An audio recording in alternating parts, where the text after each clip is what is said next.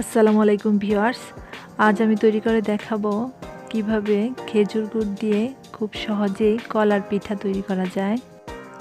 পিঠাটা তৈরি করার জন্য আমি একটা বাটিতে 4টা কলা নিয়ে নিয়েছি। এখন দিয়ে দিলাম 1 কাপ গুড় আর একটা ডিম, দিয়ে দিচ্ছি পরিমাণ মতো লবণ, 1 চামচ বেকিং পাউডার। এখন সবগুলো উপাদান আমি খুব ভালোভাবে মিশিয়ে নিচ্ছি।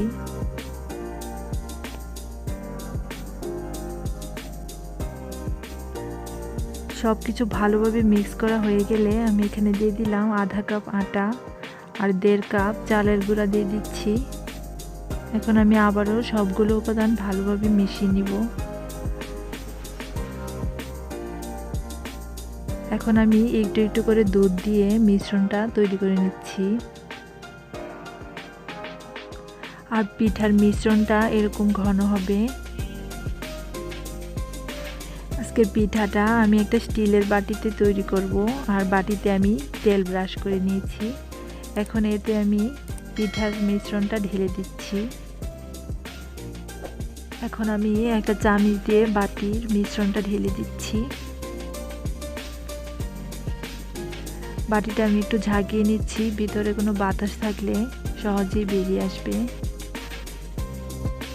প্যানে আমি পরিমাণ মতো পানি দিয়ে একটা স্ট্যান্ড বসিয়ে দিয়েছি।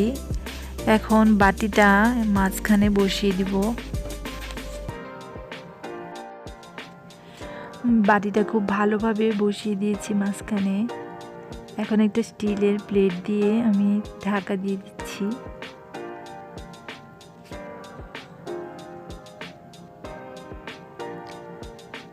প্যানের ঢাকনাটা আমি দিয়ে দিচ্ছি।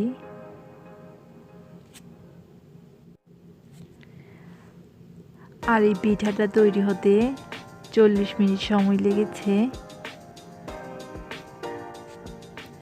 আর এর মাঝেও আমি অনেকবার পিঠাটা চেক করে দেখেছি হয়েছে কিনা। আর এখন আমি চুলা থেকে নামিয়ে নিয়েছি।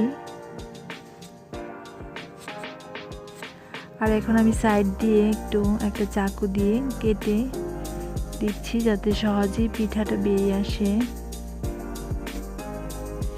এখন একটি প্লেটে আমি পিঠাটা সার্ভ করছি। আর বোঝাই যাচ্ছে কতটা ভালো হয়েছে পিঠাটা। এখন আমি একটু কেটে দেখাচ্ছি।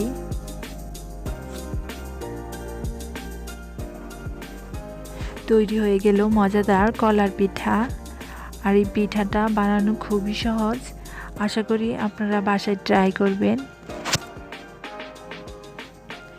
আশা করি আমার আজকের রেসিপিটা আপনাদের ভালো লেগেছে। রেসিপিটি ভালো লাগলে অবশ্যই আমার চ্যানেলকে সাবস্ক্রাইব করবেন। সবাই খুব ভালো থাকবেন। আল্লাহ হাফেজ।